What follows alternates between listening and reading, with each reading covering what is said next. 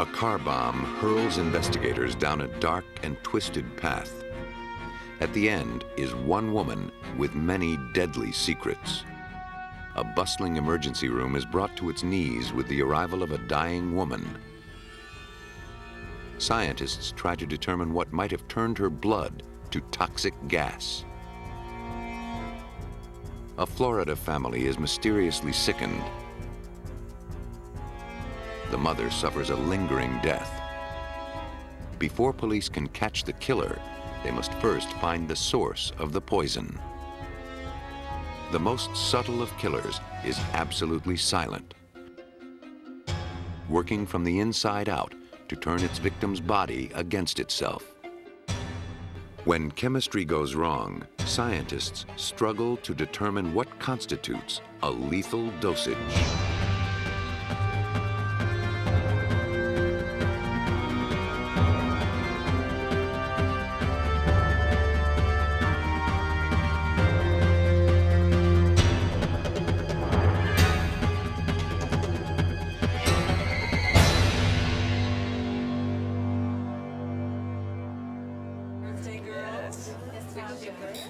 June 28, 1983, began as a night of celebration. Judy Bueno-Año met her boyfriend, John Gentry, and the women who worked at her beauty salon at a Pensacola, Florida restaurant. They gathered to present one of the employees with a pendant in honor of her birthday. As the dinner was finished and the party wore down, Judy suggested that John go to the liquor store for some champagne so they could continue celebrating elsewhere.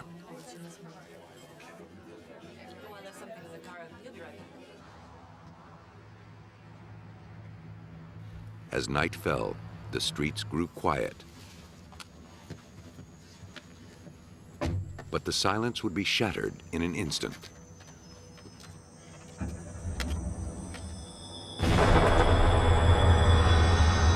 Police and rescue raced to the scene.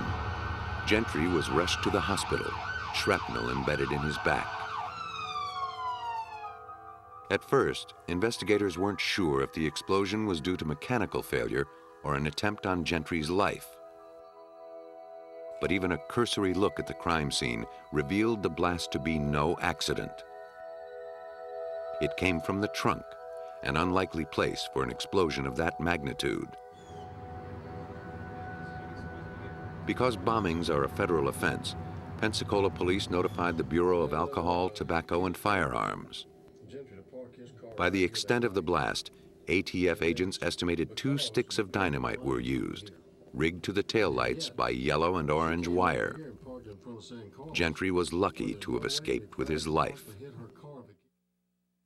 As the ATF investigated the scene and the crime photos, Pensacola police sought to find out who would benefit from Gentry's death. That task fell to Detective Ted Chamberlain. What we usually do is we look into insurance policies of the victim, and that's what we did with Gentry. And we looked into and we found he did have a large insurance policy on him. The beneficiary was Judy Bueno-Año, Gentry's girlfriend. But that wasn't surprising. The two were starting a business together. By itself, the information meant nothing. Chamberlain needed more to go on. The ATF found it. They traced the dynamite to a man in Alabama, a very close friend of Judy Bueno-Año. By now, Gentry was out of intensive care. Detectives took the opportunity to talk to him about what happened, to let him know that Judy Bueno-Año was the main suspect. Gentry found it difficult to believe, but then he began thinking about it. He said, you know, when I'm staying over there at Judy's house, she was giving me these pills, vitamins to make me feel better. And he said, I kept getting sick. He said, so I quit taking them. And then I felt better. He said, and I took them again and got sick again. Gentry had been so ill, he'd spent time in the hospital. There, he recovered completely, though his doctor wasn't sure what was wrong with him. Once Gentry returned home, he relapsed. pills for you right here. Finally, he stopped taking the vitamin pills and his health returned. He felt his days of illness were behind him. And then his car blew up. Sensing a connection, the detective asked Gentry if he'd saved any of the capsules. Do you have a business partner? As a matter of fact, he had. They were supposedly a popular vitamin C supplement. What were you doing? Who were you with? Chamberlain sent them to the lab for analysis. My wife's Finding out what something isn't is easier than finding out what it is. The process of elimination began with a comparison of the capsules with vitamin C. It proved there was not a speck of the vitamin in the capsules. That discovery alone ramped up the suspicion that the pills were poisoned. But what was in them? The substance in the capsules was dissolved and tested. Some tests analyzed its chemical makeup, others measured the wavelengths of light it absorbed. By comparing these results with a database of chemicals, the compound was identified. The capsules were found to contain a substance called paraformaldehyde. It has no known medical use. In fact, it's considered a Class 3 poison, which means it's moderately toxic. John Trestrail of the Blodgett Poison Control Center is a poisoning expert. According to him, if murder was the motive, paraformaldehyde wasn't the best choice. When it breaks down to formaldehyde, which we know is used to preserve bodies, is very irritating. It wouldn't be a very good poison to pick for homicidal reasons. It'd be more irritating, irritating to the eyes, irritating to the respiratory tract. And I suppose in chronic exposures, we know formaldehyde can cause cancer.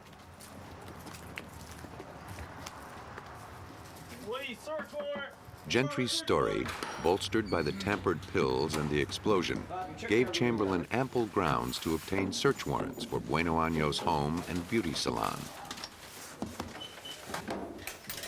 At her house, they found more vitamin capsules. coming right up.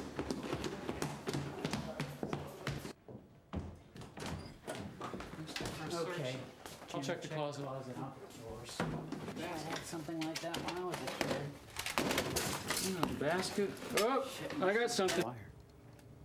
In her son's closet, they Orange found wire. wire that resembled the wire used to blow up the car. Look at this. Got a wire here. My gloves. So we sent that off to the lab, and they sent us back pictures of the wire and the color coding and striations of the wire. One taken from the piece of the bomb that was gone, and the one from the boy's room, and you put them together, it was just like matching up ballistics on bullets. I mean, they looked exactly alike, and that was real good evidence. Hi, I'm Detective Robert Beasley. This is an official investigation. While one group of officers searched the house, another group was at work collecting chemicals from Bueno-Año's salon. I'm not sure either, but let's bag For Judy Bueno-Año, paraformaldehyde would be a poison of opportunity. powders and stuff. Be careful with it. Don't. The chemical is used in beauty salons as a disinfectant.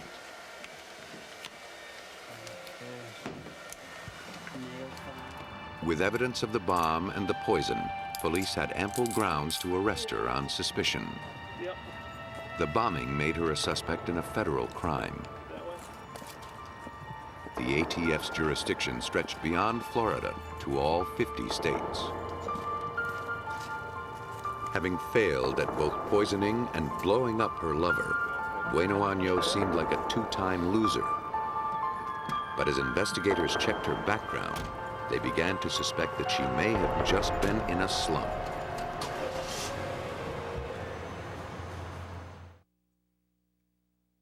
As news of Judy Bueno-Año's arrest spread, Detective Chamberlain received a call from the mother of one of her ex-boyfriends in Alabama, a man named Bobby Joe Morris, a man who had died mysteriously.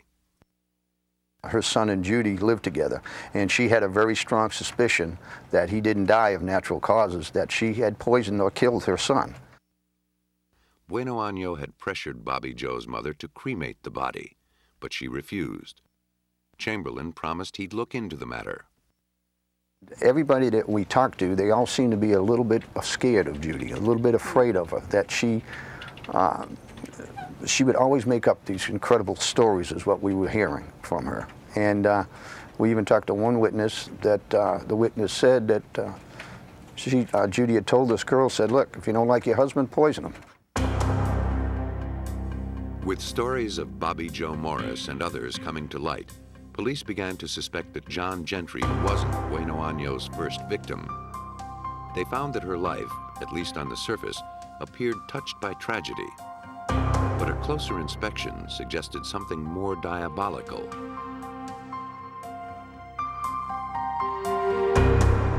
Judy lost her husband, James Goodyear, in 1971. 3 months after he returned from Vietnam, he lapsed into delirium and died. What a great day for a stakeout. After his death, Judy changed her name from Judy Goodyear to Judy Bueno-Año, the Spanish translation of her husband's surname.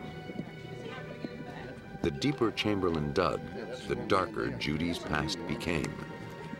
Bodies were beginning to tumble out of her closet. You'd open up one door and go in, and it would lead to about 5 or 6 more doors. That was the problem with her. You know, it just didn't look like it was ever going to stop. You know, we kept finding bodies everywhere. One of those bodies was her own son, Michael Goodyear. He joined the Army in 1979. Shortly after visiting his mother while on leave, he became ill. Tests showed exposure to arsenic. Because his job involved working with the substance, it was assumed that he'd inadvertently ingested some.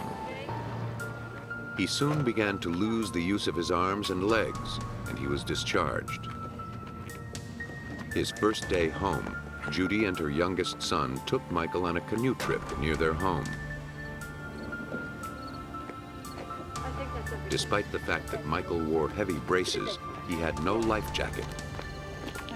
In the middle of the lake, the boat capsized and Michael drowned. Back then, it seemed like a tragic, if stupid, accident. But now, Chamberlain wasn't so certain. Too many men in Judy Bueno-Año's life had come to an untimely end. A sinister pattern was taking shape. While Judy awaited her day in court for the attempted murder of John Gentry, Chamberlain gathered evidence of homicide she may have gotten away with, at least so far. He learned that Judy's husband, James Goodyear, showed symptoms consistent with any number of illnesses, among them arsenic poisoning. If he was poisoned, the evidence was buried with him. 12 years after his death, his body was ordered exhumed to look for proof. And when you exhume a body looking for one of the heavy metals like lead, thallium, arsenic, antimony, these are all elements. Elements have been around since the solar system was created. They're just as detectable today as they were 250 million years ago and 250 million years down the road from now. So when you talk about digging up a body looking for arsenic, if it was in that body when it went in the ground, it's going to be in that body until it disintegrates. Goodyear had been autopsied at the time of his death, but the medical examiner wasn't looking for poison, so he didn't find any. Almost anything can be poisonous if enough is swallowed, so no single test can be used to detect all poisons. The analyst must be guided by his knowledge of the symptoms so he can narrow the field and test for specific poisons. Arsenic tends to concentrate in the heart, liver, lungs, and kidneys. Samples of each were tested for the toxin. Arsenic can take down a person in an hour or a year, depending on how much he ingests. A single large dose kills quicker than small doses over a longer time. A faster death means the poison would have less time to damage organs. Goodyear's lingering death suggested cumulative long-term poisoning. The ravaged condition of his organs bore that out. The diagnosis was crucial and incriminating because it made accidental poisoning less likely. Since James and Judy Goodyear lived in the same house, it seemed reasonable that they'd both be exposed to arsenic if the hazard were present. But Judy never showed any symptoms. Next, the medical examiner set out to determine how much arsenic was present in Goodyear's system. The victim's hair and nails provided a handy yardstick. A complete fingernail was removed from the nail bed and dissolved in acid. The resulting solution was put in an instrument called an atomic absorption spectrometer that determines the concentration of arsenic in the sample.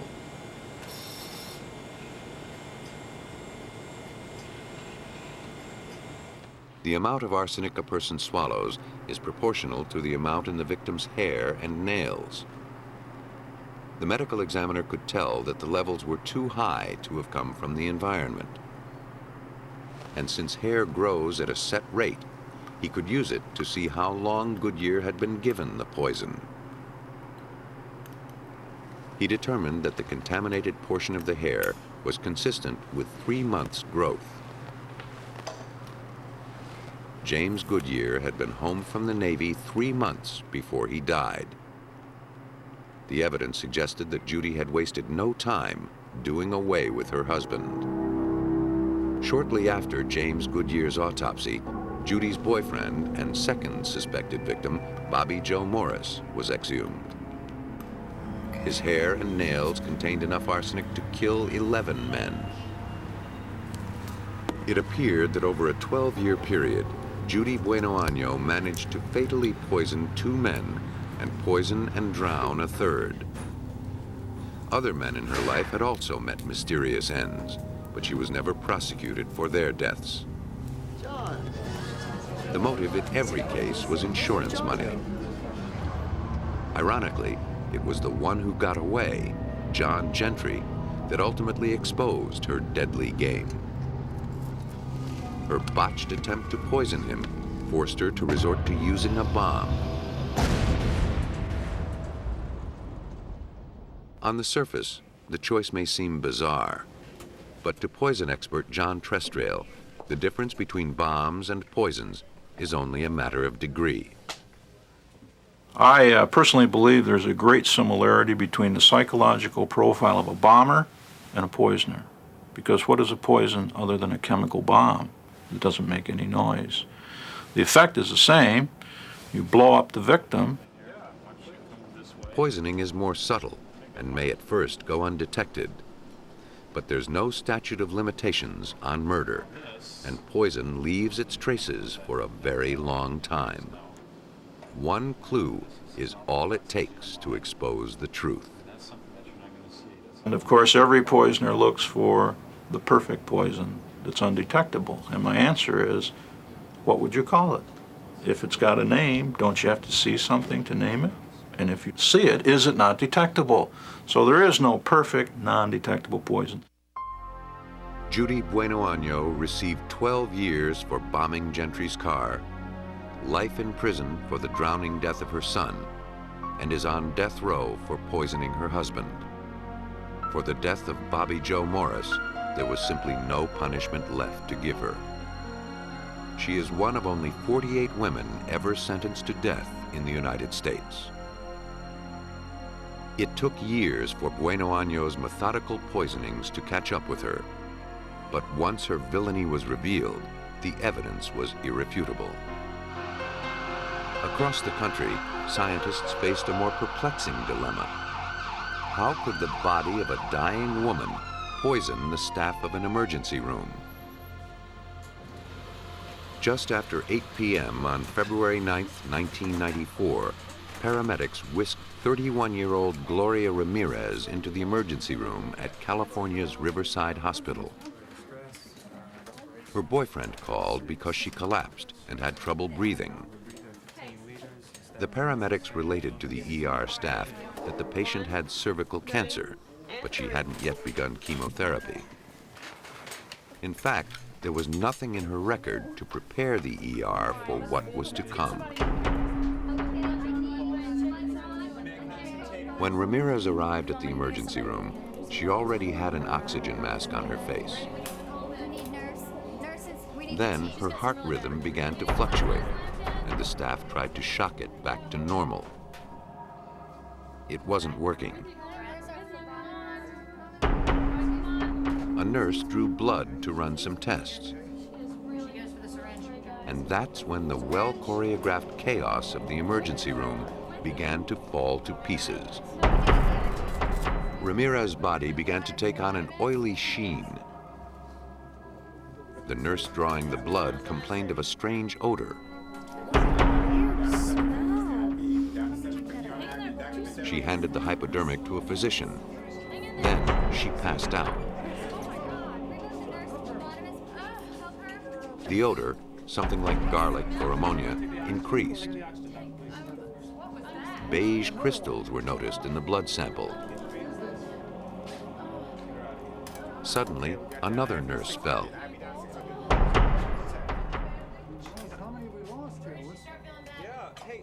In short order, another nurse became dizzy and went to the nurses' station to rest. There, she lost consciousness. Her arms and legs began to shake uncontrollably. Occasionally, she'd stop breathing. Then one of the doctors succumbed. Ramirez was still not stabilized. An emergency was declared as attendants rushed in to clear the collapsing staff and attend to Ramirez.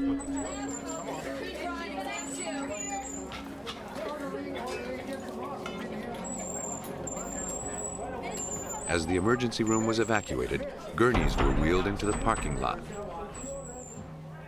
Unable to cope with the bizarre onslaught, Riverside sent its staff and patients to other hospitals. The caregivers suddenly became the patients.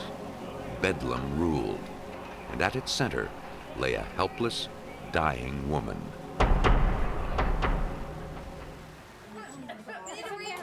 Within 15 minutes of contact with Gloria Ramirez, 27 of the 37 staff members at Riverside Hospital suffered strange symptoms. Respiratory therapist Maureen Welch was one of them. After I awoke, outside was very sick. Uncontrollable tremors, nausea, retching, difficulty breathing. My vision felt kind of limited at that time. I could only see things close to me. There was simply no explaining what could have caused the symptoms. Many of those affected recovered quickly. Others spent weeks in the hospital. Within 35 minutes of Ramirez's arrival at the hospital, she was pronounced dead. The crisis had passed, but the mystery deepened. 35. Her body was sealed in 2 plastic bags and an airtight casket before being moved to the hospital morgue.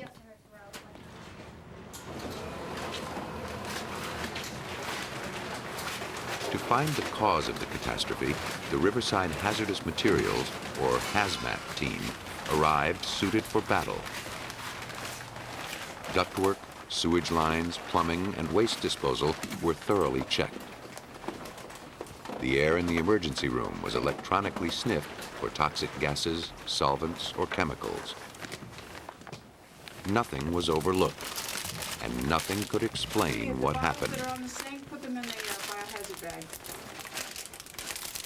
Once the emergency room was given a clean bill of health, suspicions turned to the patient. An autopsy revealed nothing extraordinary. Gloria Ramirez died of kidney failure as a result of her cancer. Dissatisfied with the findings and desperate for an explanation, hospital officials sent blood and tissue samples from Ramirez to Lawrence Livermore National Laboratory, 60 miles east of San Francisco. Solvents were added to Ramirez's blood sample. Organic chemicals in the blood were dissolved, leaving water and blood cells behind. The result is a highly concentrated extract of the chemicals in the blood. Brian Andresen is the director of the center. Here in our laboratory are very precise analytical tools that allow us to look at every chemical that we extract from the blood sample and actually determine the chemical structure and even get concentrations, all down at ultra low concentrations. Identifying the chemicals took a two-pronged approach. First, the extract of Ramirez's blood was heated in a gas chromatograph until it vaporized. Because every chemical vaporizes at a different rate, the components separated.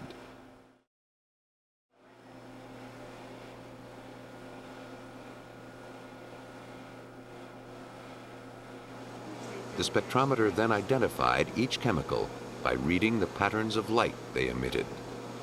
The results were then plotted on a computer in the form of peaks and valleys.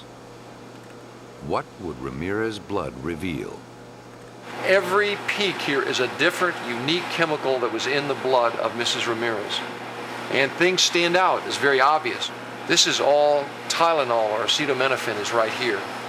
Cholesterol is here, other drugs, and a very unusual chemical that we initially discovered, which was right here.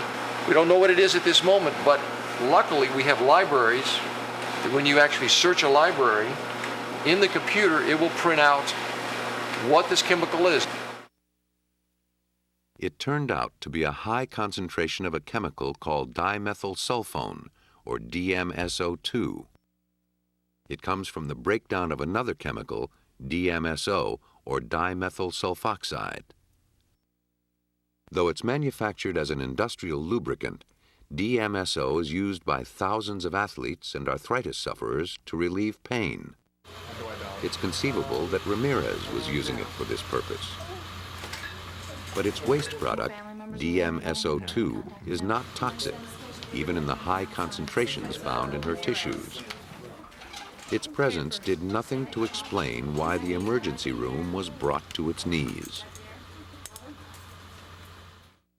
From his findings, Andresen had to conclude he'd found nothing to account for the harrowing events on the night Ramirez died.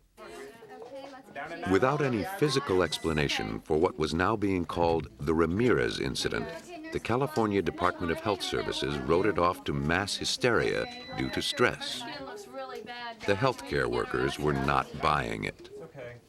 My response to the claim of mass hysteria was not something that I can entertain personally, because the people involved in emergency care, and in particular this emergency room, were all like a well-oiled machine. They'd all had tons of experience, 15 or years better, veterans of all types of occurrences, and this was just something else that they had to take care of. And you can't argue with that. I mean, these people are not generally hysterical. Unwilling to accept the ruling of the health department, Welch did some homework of her own. She knew that many of her colleagues, and she herself, had suffered long-term health problems, not the sort of symptoms induced by mass hysteria. She gathered up lab reports, medical records, and contacted Brian Andresen. Andresen and his colleague, Deputy Director Patrick Grant, looked over the data Welch sent them. They focused on the one compound that didn't seem to fit. Basically, I came back into my office and started looking up compounds in the Chemist's Bible, the Merck Index. Looked up dimethyl sulfoxide and dimethyl sulfone, and fortunately, they're right there together in language even a nuclear chemist can understand. And at that point, I realized that oxidation was the connector between the two. If Ramirez was taking DMSO on her own to relieve her pain, it seemed plausible the extra oxygen she was given on the way to the hospital could have sped the chemical's transformation to its waste product, DMSO2. DMSO is oily and has a garlicky smell. That could explain the sheen on Ramirez's skin and the odor in the emergency room. But it didn't explain why so many people were sickened. Pat Grant began to formulate a theory. On the same page in the drug manual as DMSO and DMSO2 was an entry for DMSO4. The only difference between the two compounds was more oxygen, but it was a crucial difference. DMSO2 is a harmless vapor. DMSO4 is a deadly nerve gas.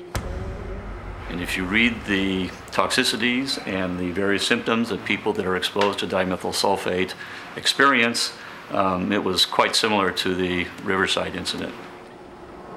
Grant's theory sounded good on paper, but no one had ever turned harmless DMSO2 into deadly DMSO4 in the lab by simply adding more oxygen. If Grant was asserting that a dying woman could somehow change into a canister of nerve gas, he was going to have to prove it.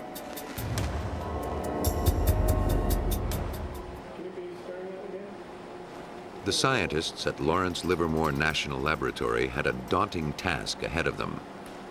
To see if DMSO2 could turn into its deadly cousin, DMSO4, in the emergency room, they had to replicate the conditions during the last few minutes of Gloria Ramirez's life. The work was assigned to analytical chemist Rich Whipple. The first obstacle was the nature of the two substances. While harmless DMSO2 dissolves in blood, deadly DMSO4 doesn't. So how could the compound be in Ramirez's veins? The answer is, it couldn't. Our belief is that she had DMSO2 in the blood, and then when it was withdrawn from her system, it was then converted to DMSO4. The chemical event, if it happened at all, happened in the syringe. Using a substitute for human blood, Whipple performed an experiment to show how a change in temperature could change the form of the chemical. At body temperature, DMSO2 stays dissolved in the solution. But cooled to room temperature, it forms crystals. Crystals like the ones witnessed by some of the emergency room staff. In her body, Ramirez's blood was 98.6 degrees. But the portion drawn into the syringe was immediately cooled to around 64 degrees, the temperature of the emergency room. The drastic temperature change may have caused the DMSO2 crystals to separate out. Everything about the theory seemed to be holding together except one crucial point. Whipple didn't manage to produce any detectable DMSO4. But lab tests can never perfectly replicate a real-life situation. In the emergency room, only the slightest amount of DMSO4 would have been needed to sicken all those staffers. 1/10 of a gram of the substance can be lethal. In smaller doses, DMSO4 can cause long-term nerve damage and other lingering health problems. A year or more after the Ramirez incident, some of the staffers in the emergency room still had symptoms. Grant believes this is further evidence in favor of a chemical explanation, not mass hysteria or some other psychological cause. In comparison to the other theories that were out there before we proposed our chemical theory, I would believe it over mass hysteria of an experienced emergency room staff. Though Grant's findings are generally accepted, many scientists await further proof before they're convinced. Until the mechanism for the deadly transformation is fully understood, there remains a slim chance that the Ramirez incident could happen again. The events in Riverside's emergency room highlight how toxic hazards can come from the least likely sources. That's a fact poisoners use to their advantage. Since anything can be a poison, the killer can hide his weapon in plain sight. At 7 a.m., October 23, 1988, Peggy Carr arrived at a restaurant in Alturas, Florida, where she worked as a waitress. As she waited for her shift to start, She began to feel ill. I don't know. I just thought Soon, her legs started to burn, and pain racked her chest. She thought she was having a heart attack. One of the regulars, a former Army medic, checked her pulse and reassured her that whatever was ailing her, it wasn't her heart. I don't know. I just. But the pain continued to grow. Peggy was sent home to rest. The pain was unrelenting, and Peggy's family sent her to the hospital. This is real tight. She was admitted and placed under observation. I just didn't feel real 16 hours after her first symptoms, Peggy Carr was practically incapacitated, and her physician was stumped. Yeah. 3 days and a battery of tests later, doctors were no closer to making a diagnosis. It's worse. Then, just as mysteriously as they had begun, Peggy's symptoms began to fade. Yeah. She was sent home. And my chest is real tight. But within a week, the crushing pain gripped her again. She was rushed back to the hospital. Besides the intense pain in her limbs and joints, her hair began to fall out, and she was becoming unable to move. Tests still showed nothing wrong with her. Doctors thought some virus had nestled in her nervous system. She told her neurologist that she felt like she was walking on hot coals. The description brought to mind something he'd only read about. He decided to try one more test for thallium poisoning. Thallium is a natural element found in trace amounts in soil and water. Its purified form is strictly regulated. Up until 1972, when it was banned in the United States, it was used in rat and ant poisons. Tests showed that Peggy Carr's system had 20,000 times the amount of thallium one might expect to find. The poison was eating away her nervous system. There was no cure. At first, Peggy's poisoning was considered accidental. The girls from church. Tests on her family revealed that everyone in the Carr household had traces of it. Oh, we can't decide. The Polk County Sheriff's Department and the Health Department combed the Carr's house to find the source of the contaminant. Detective Ernie Mincy led the investigation. Our sole purpose was to identify that poison and have it removed from the environment to prevent further injury to any other persons. Over the next month, investigators collected food, water, and soil samples in the Carr's home and neighborhood. Everything was sent to the lab to be tested. After an impatient wait, every test came back negative. Investigators were desperate to find the source of the poison. Meanwhile, Peggy could no longer breathe on her own and lapsed into a coma. The search for the poison continued.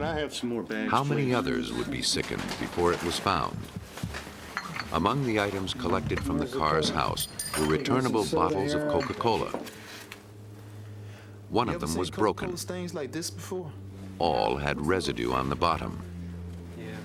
Like everything else, they were sent off for analysis. The bottles joined the ranks of dozens of items collected from the Carr's house. Each had been subjected to the same test. Each had been eliminated. Investigators hoped to have better luck with the bottles. To test for thallium, the residue was dissolved in nitric acid. A sample was placed in a graphite tube and vaporized. Then, a lamp with a thallium filament was shined into the tube. The test relies on the principle that every compound emits a specific wavelength of light. An instrument called a spectrophotometer measured the amount of light absorbed by the sample. It showed that the bottles contained more than 11 times the level of the toxin one might expect to find. Finally, the source of the poison had been found. But how did thallium get into the soft drink? Were others out there waiting to be consumed? Mincy feared a manufacturing catastrophe or malicious tampering. With the assistance of the FBI and the Coca-Cola Company, the lot numbers were traced back to the store, the warehouse, and the bottling plant. The search came up clean. No other bottles had been tainted, and there'd been no other reports of poisoning. The tainted bottles were specific to the Carr's home. But who would have done it? A poisoner must have intimate contact with his victim's surroundings in order to plant the toxin. That's why most poisonings are done within families. That's up for grabs. And that's why suspicion fell on Peggy Carr. Pye was Peggy's second husband. They'd been married only a few months when Peggy grew ill, but it seemed their honeymoon was long over.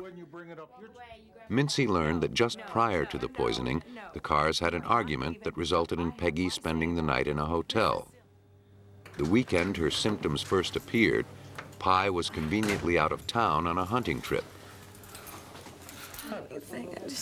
When he returned, he'd resisted taking his wife to the hospital.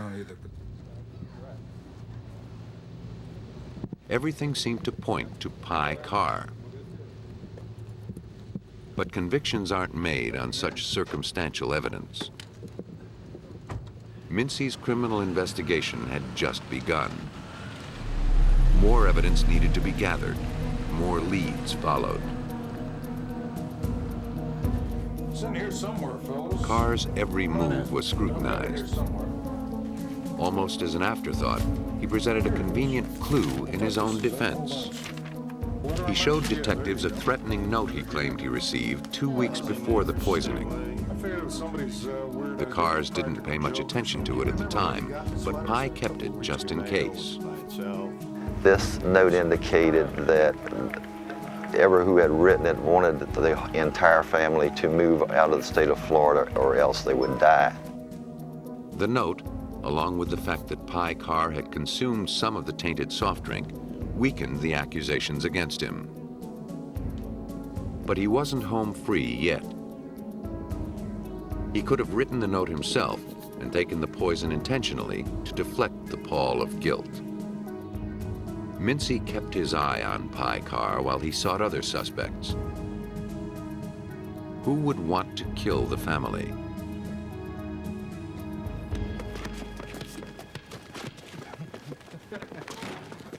Mincy learned that the Carrs didn't get along with their neighbors, George Trepal and his wife Diana. Several weeks before the poisoning, Peggy and Diana almost came to blows over the Carrs' loud music. It hardly seemed like grounds for attempted murder. To find out more about the icy relationship between the neighbors, Mincy paid a visit to George Trepal. Trepal's reaction to the subject of the Carrs was unexpectedly harsh. He went into a tirade about the problems with these red-necked children and family that lived next door to him. Their kids make all kinds of noise, play the radio real loud. Then Mincy asked him why he thought anyone might want to harm the family. He quoted the threatening letter the Carrs had received weeks before verbatim. He said exactly what was in the note. Nobody else knew of its existence, nobody else except law enforcement. At that moment, George Trepal became the prime suspect. But Mincy had no more to go on with Trepal than he had with Peggy Carr. So he began looking into Trepal's surprising past. Trepal was an eccentric man who enjoyed creating games and crafting scenarios. He also belonged to Mensa, an elite society of people whose IQs are among the top 2% in the world. He and his wife were trained chemists. What's more, the quirky genius had done time for masterminding one of the largest amphetamine manufacturing operations in the Southeast. Thallium is sometimes used to make amphetamines. According to John Trestrail, Trepal had the means, and the mind to orchestrate a poisoning. They can plan a script of a death.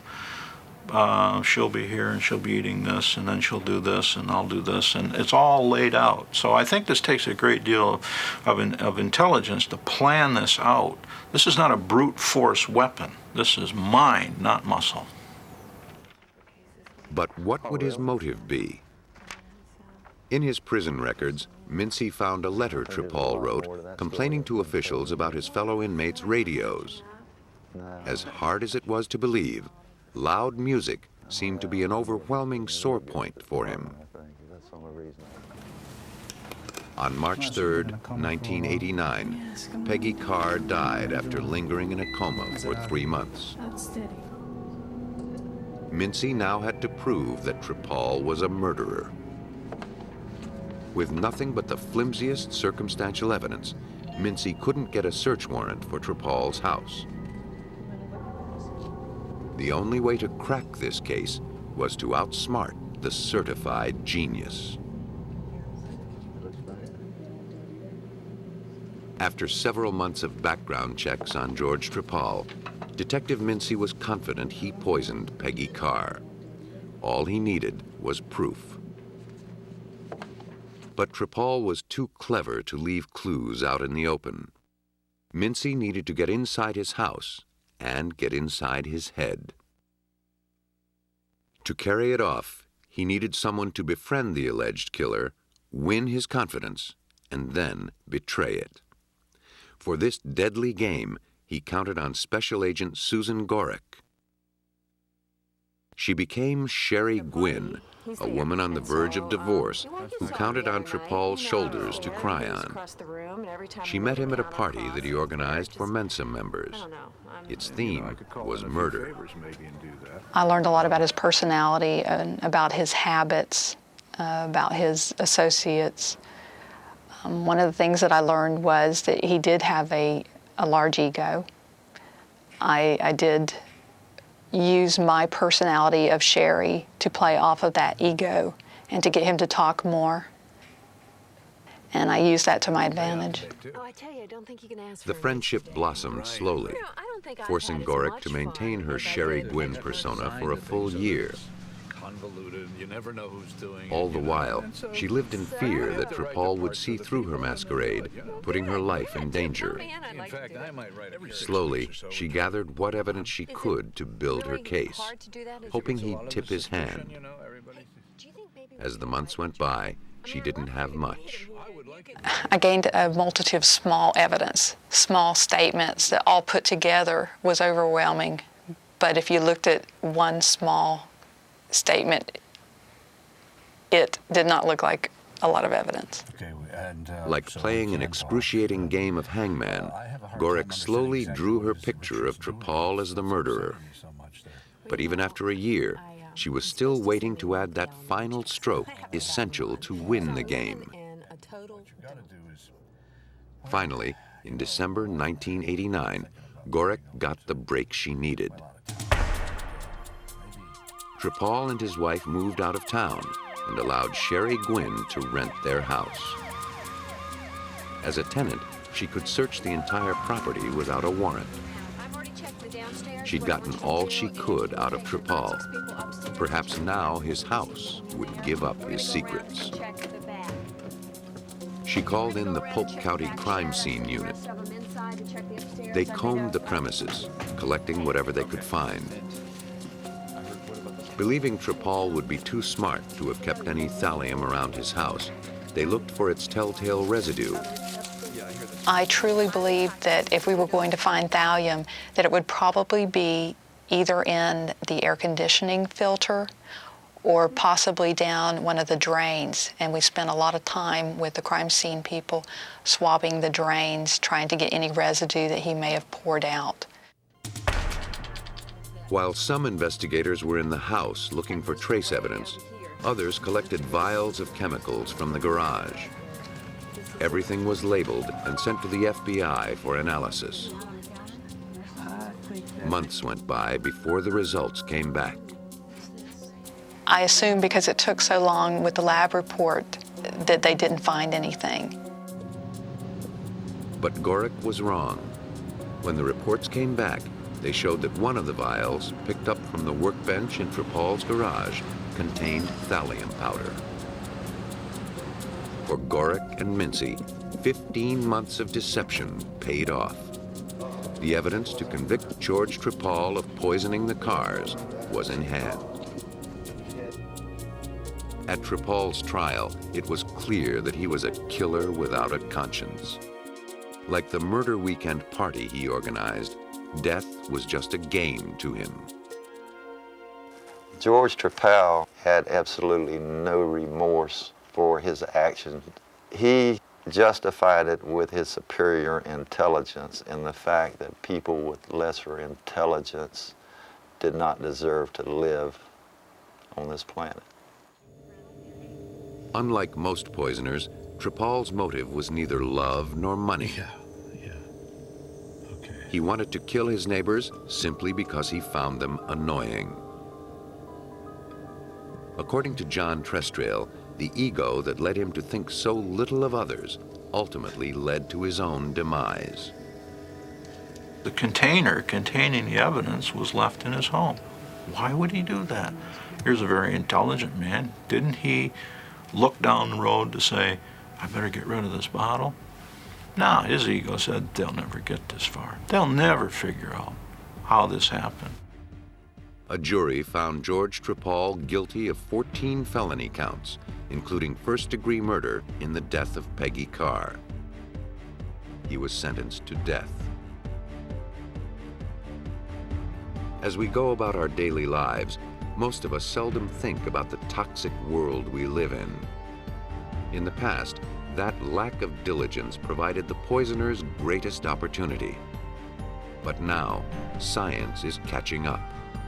More than ever, unexplained deaths are viewed with suspicion, and in the lab, more of those suspicions are being justified.